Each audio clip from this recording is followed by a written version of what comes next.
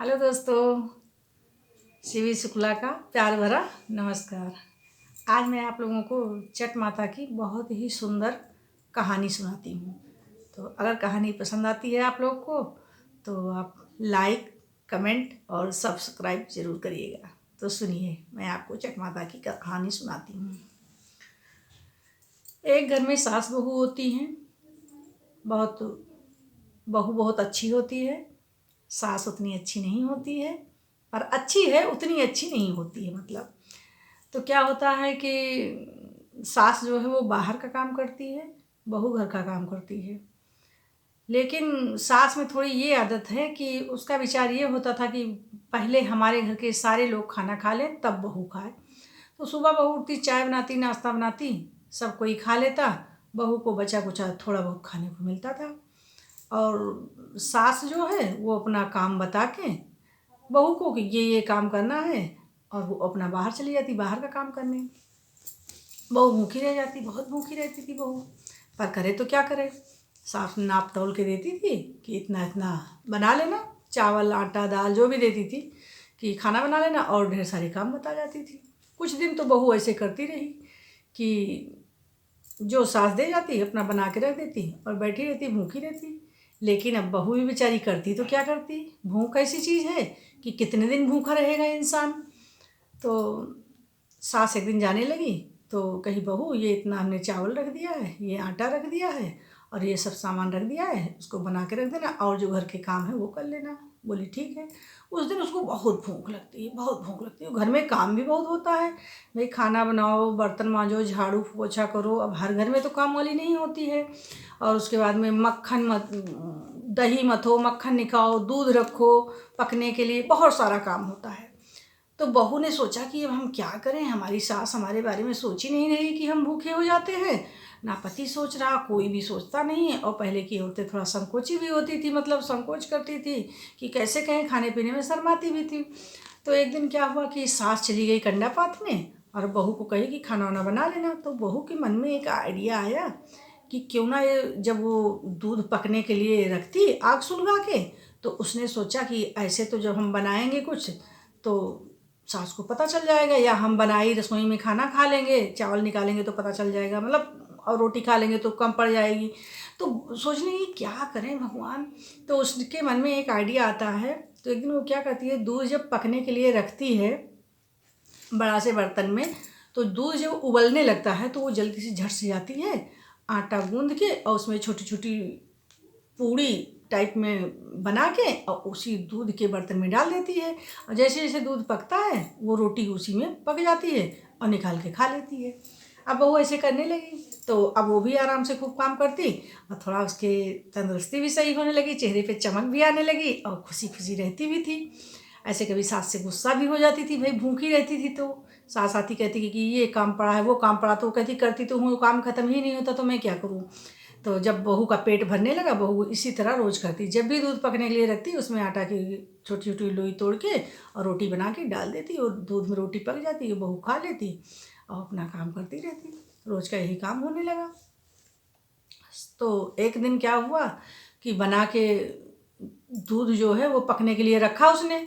जब दूध उसने पकने के लिए रखा तो उसमें जैसे ही वो आटा गूंधी और छोटी छोटी लोई तोड़ के और डाली, वो पका भी नहीं था।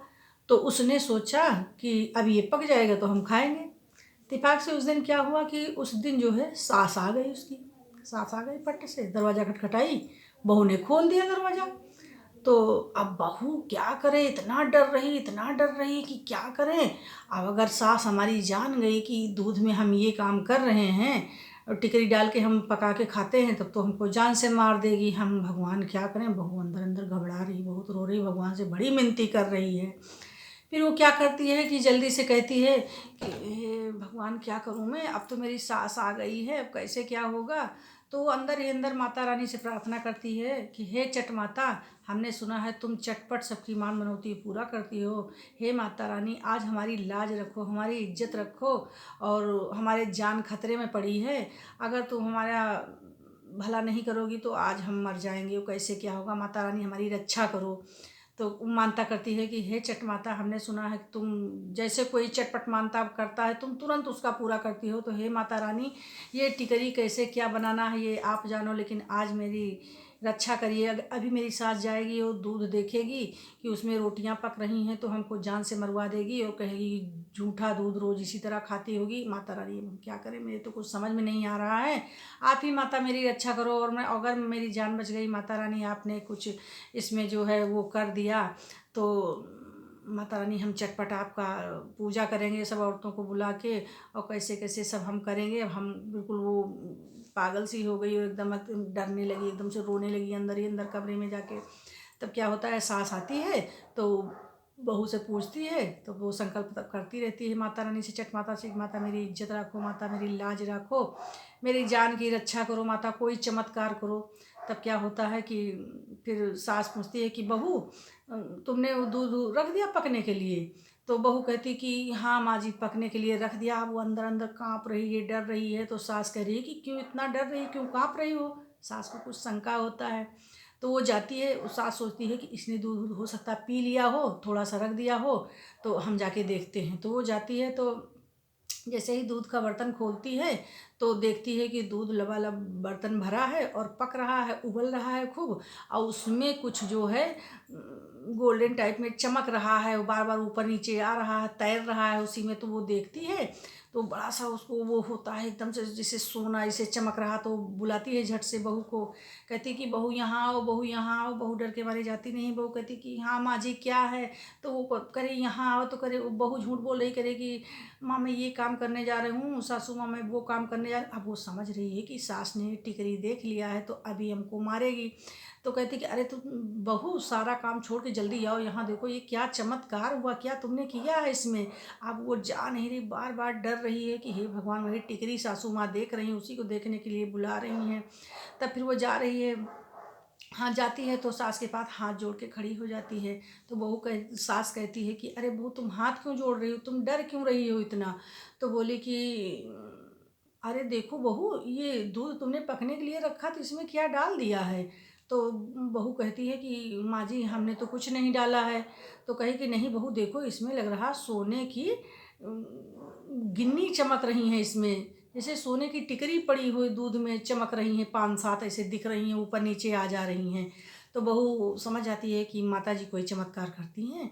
तो बहू कहती है कि माँ जी मैंने तो कुछ नहीं किया है, अब ये भगवान की लीला है, पता नहीं कैसे क्या चमत्कार हुआ है। तो सास जो है जल्दी से दूध का बर्तन बाहर निकालती है, बहू से कहती है छन्ना लेके आओ, इसको देखो छानते हैं क्या हो निकलता है इसमें। तो सास जो है वो बड़ा सा भगोना लेके बहू आती है। तो वो भगोना और छन्ना लेके आती है तो दूध सास उसी में छानती है, बर्तन में दूसरे पलटती है तो देखती है कि उसमें 7 सोने की गिन्नी बड़ी बड़ी रोटी टाइप में निकलती है, उसको गिन्नी ही कहा जाएगा। तो कहती है कि अरे बहू देखो ये तो सोने का है, दूध में सोना कहाँ से आया, कैसे किया हुआ, ये तुमने क्या किया बहू? तो बहू कहती कि मैंने तो कुछ नहीं किया माँ जी, पता नहीं क्या हुआ कैसे हुआ, मैंने तो दूध पकने के लिए रख दिया है।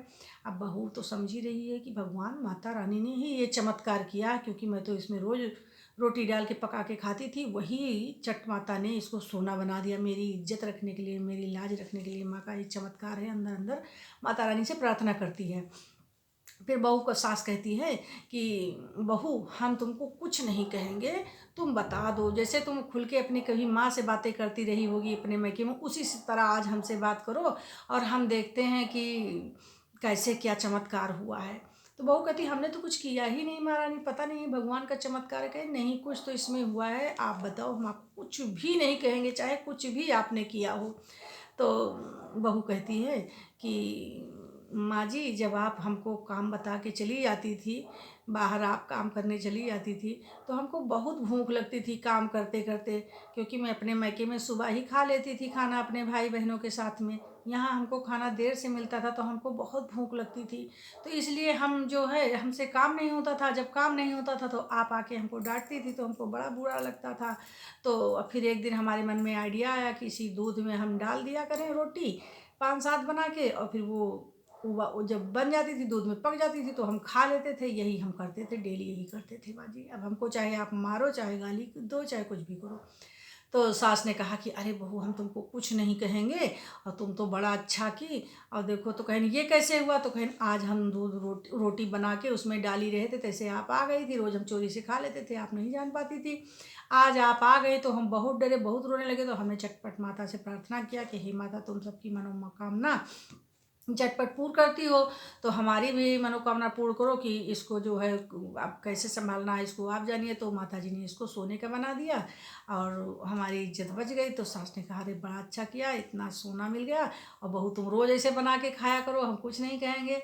तो उसने कहा कि माँ जी, हमने मानता माना था, तो अब हम झटपट माता की पूजा करेंगे। तो बोली कि ठीक है, अब तुम कल जो है जो दूध भैंस देगी उसका खोया औट के और जो है खोया बना के मिठाई बनाना, और जो है सारी औरतों को बुलाना, छठ माता का प्रसाद खिलाना।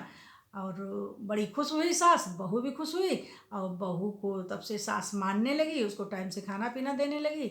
अब बहू से माफ़ी मांगती है कि बहू, हमसे गलती हो गई थी, हमको ये चीज़ समझना चाहिए था कि तुम अभी नई नवेली हो, तुमको भूख लगती होगी, लेकिन हम नहीं समझ पाए। हम अपने अहंकार में वो रहते थे कि हम सास हैं, ये बहू हैं। तो बहू, अब तुमको कोई रोक नहीं, तुम अच्छे से खाओ पियो, और माता जी की कृपा से इतना सोना हमको मिला है। तो वो फिर खोया वोया बना के पूजा करती है, सब औरतों को निमंत्रण में बुलाती है, सबको प्रसाद खिलाती है। तो बोलो चटपट माता की जय। जैसे चट माता ने उनकी मनोकामना पूर्ण की, उसकी इज्जत रखी, उसकी रक्षा किया, उसी तरह माता रानी सबको रखें। बोलो चट मैया की जय।